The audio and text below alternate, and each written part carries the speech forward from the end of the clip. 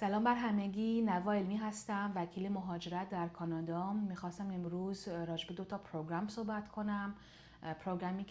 پروگرام هایی که امیدوارم راه حل برای خیلی از شماها باشه. میدونیم که برای ایرانیایی که در ایران هستن چقدر سخت هست و سخت‌ترم شده برای ایرانیا که مهاجرت کنن به کانادا، و برای ایرانیایی که در خاک کانادا هستن و به سختی میتونن به PR برسن، حالا یا به خاطر سن یا به خاطر زبان یا به خاطر اکسپریانس. این 2 پروگرام ها برای شخصایی ساخته شده که حاضر باشن بیان یا یه بیزنس بخرن یا یه بیزنس بزنن توی البرتا. حالا راجع به اولین پروگرام با $50,000 کانادایی اینوستمنت توی بیزنس خودتون در البرتا میتونید الیجیبل باشین برای این پروگرام. این 50,000 تا هیچ پراونس دیگه این مبلغ به این پایینی نداره. اگر که بیرون از شهرهای بزرگ البرتا باشه، که اگر که بیرون از کلگری یا ادمونتون باشه، با 50,000 تا کارتون میتونه بره جلو. اگر که در شهرهای بزرگ باشه با 100,000 تا، که بازم 100,000 تا الان فقط البرتا و BC بریتیش کلمبیا این مبلغ نسبتاً پایینو دارن. به علاوه این اینوستمنت شما باید توی 10 سال اخیر دیپلم یا دیگری یونیورسیتی رو گرفته باشید و باید لااقل 6 ماه سابقه کار داشته باشین، یا به عنوان سینیور منیجر یا به عنوان بیزنس اونر. حالا این اکسپریانس میتونه حالا یا در خاک ایران شما اکیومولیت کرده باشین یا حالا در کانادا یا هر جای دیگه ای. لول انگلیسی هم خیلی پایینه. با لول 5 شما میتونید الیجیبل باشین برای این پروگرام، که در واقع برای یه شخصی که حالا میخواد بیاد بیزنس بزنه واقعا لول 5 بیزیک انگلیش حساب میشه. نقطه‌ای که هست اینه که در هر نوع زمینه‌ای شما نمیتونید بیزنس بزنید، باید توی یه چارچوب اینداستری به خصوصی باشه. تکنولوژی، agriculture، aerospace، financial services، energy، tourism، life sciences and pharmaceutical. و این بیزنس پلنتون با پیچ دکتون که یعنی یه مینی بیزنس پلن باید یه مجموعه اکونومیک دیولپمنت البرتا مرور بکنه و اوکیو بده. و در واقع این مجموعه ها درست شدن برای هر بیزنسی که حالا یا در البرتا آلردی هستن یا بیزنس هایی که میخوان بیان البرتا و در همه جوره بهشون کمک کنن.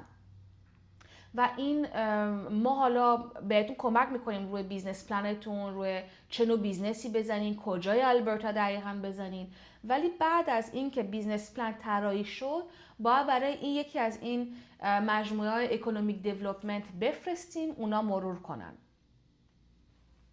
بعد از این که البرتا گفت باشه همه چیز اوکیه، بهتون اجازه کار 2 سال بهتون میده و توی اون 2 سال شما باید بیاین این مینیمم اینوستمنت $50,000 کانادایی اگر بیرون از شهرهای بزرگ باشه رو انجام بدین.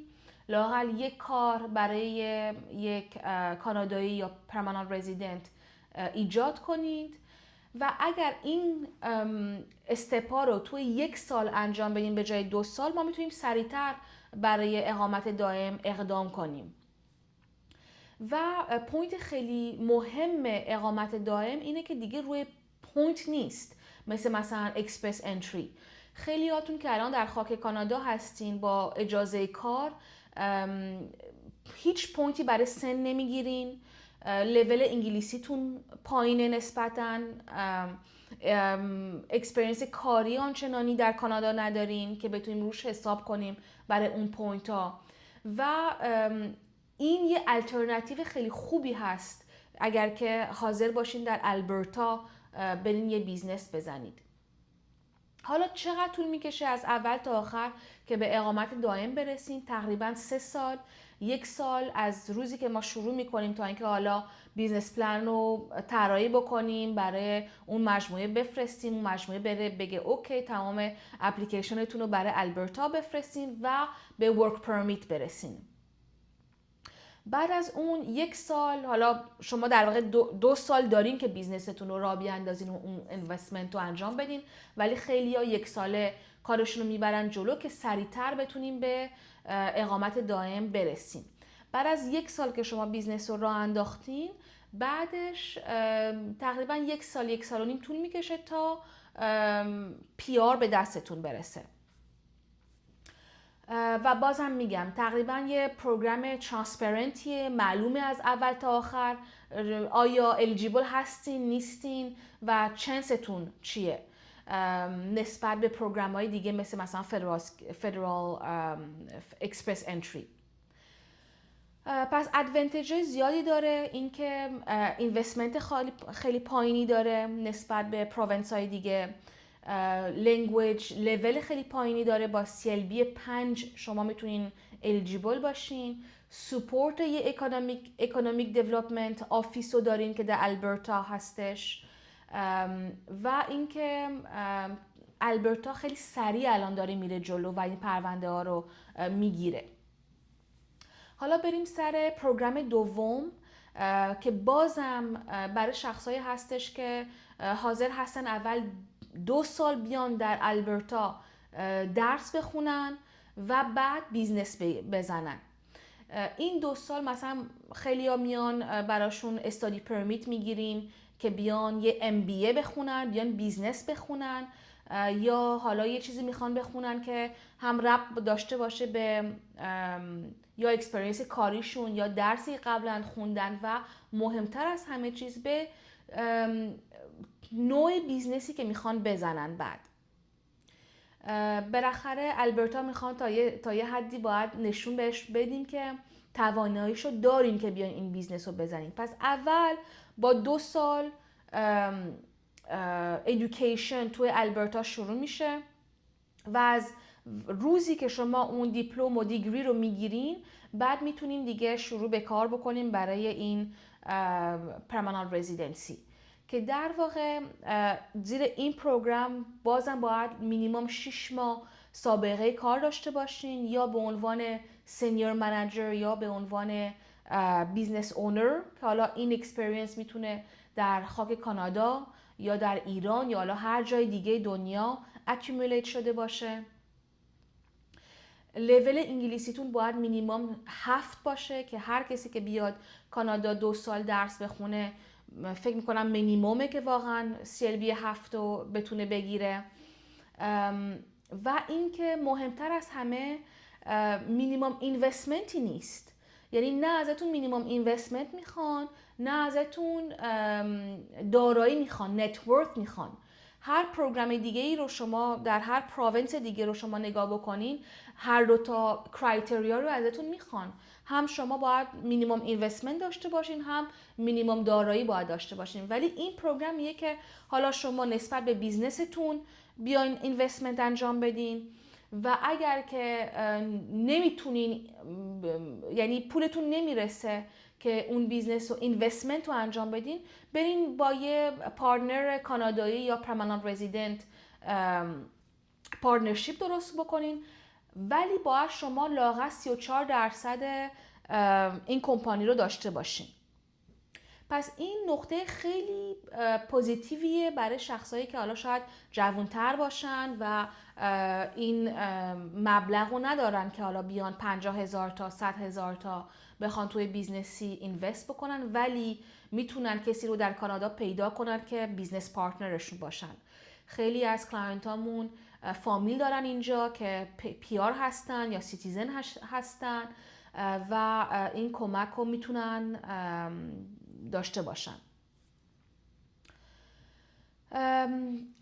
پروسسش تقریبا مثل پروگرام قبلیه. باید اول این 2 سال رو تکمیل بکنید، درستون رو بخونید، بعد تقریبا یه چند ماهی طول میکشه تا به ورک پرمیت برسین. اون ورک پرمیت 2 سال دوریشن داره، ارتباط داره و بعد از توی اون 2 سال هرچی سریعتر شما این بیزنس رو راه بیاندازین و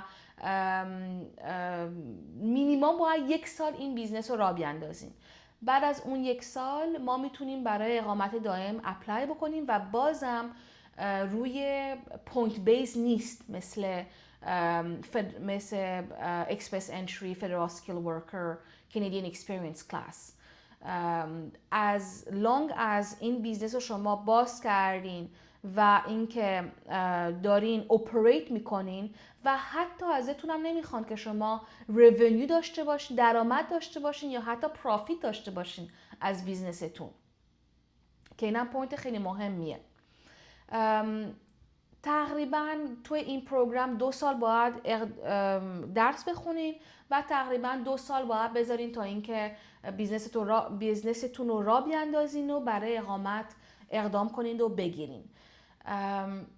پس ادوانتیج‌های خیلی مهمی داره. اولا راجب مبلغ‌ها، یعنی نه مینیمم نت ورث داره نه مینیمم اینوستمنت داره.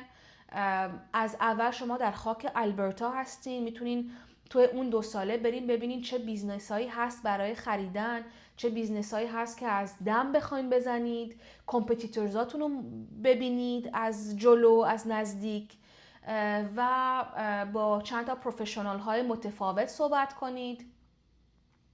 و این بیزنستون میتونه در هر نوع ایندوستری باشه، یعنی میخواین بقالی بزنین، میخواین تکنولوژی بیزنس بزنین، میخواین اگریکالچر فارم بزنید.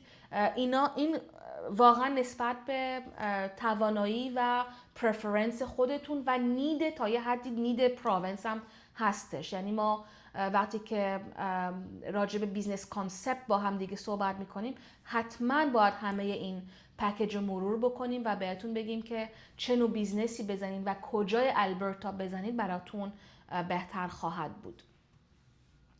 پس این 2 تا پروگرام ها الटरनेटिव خیلی محکمی هستن برای شخصایی که یا آلردی در استارتاپ ویزا هستن و الان میدونیم که تقریبا 10 سال میگن، شاید هم بیشتر طول میکشه تا حالا بخوان این فایل‌ها رو مرور بکنن که حالا امیدواریم که به اونجا نرسه. و برای شخصایی که نمیتونن از راه دیگه‌ای به اقامت دائم برسن با پروگرامایی که الان هست توی کانادا. پس اگر که میخواین راجع به بک‌گراند خودتون صحبت کنین و ببینین چه آپشنایی دارین برای کانادا، با ما در تماس باشیم. وکیل هستیم در تورنتو و هر جای کانادا که بخواین باشین و برین میتونیم کمک کنیم. ایمیلمون توی فکر کنم پایین این ویدیو خواهیم گذاشت. مرسی، خداحافظ.